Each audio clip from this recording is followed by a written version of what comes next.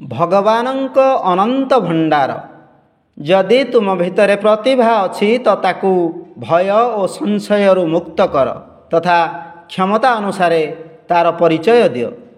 निजर प्रतिभा को भगवानଙ୍କ चरण कमल रे समर्पण कर दियो।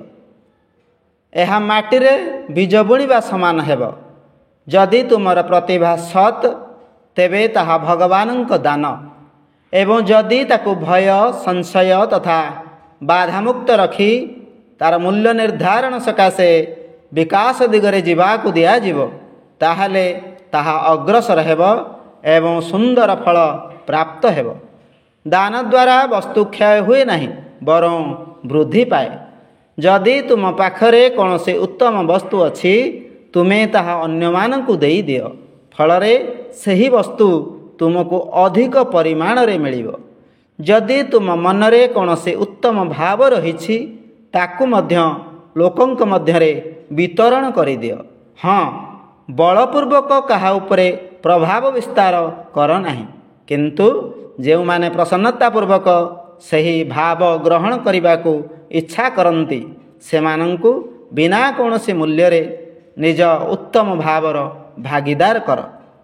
अन्यमानक प्रति कहा जाइथिबा प्रफुल्लता उत्पन्नकारी गोटिए शब्द अन्यमानंकर तथा तुमर जीवन को मध्य उज्ज्वल करिपारे।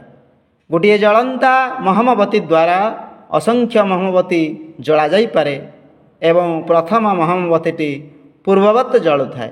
सेहीपरि अन्यमानंकु प्रसन्न रखिबारे विश्वास करुथिबा व्यक्ति द्वारा कहा जाइथिबा किंबा आचरण रे प्रकाश करा जाइथिबा सत्यर गोटिए शब्द अनेकंक ठारे दैवी गुण उत्पन्न करिथाए। अखंड ज्योति अक्टोबर 1956।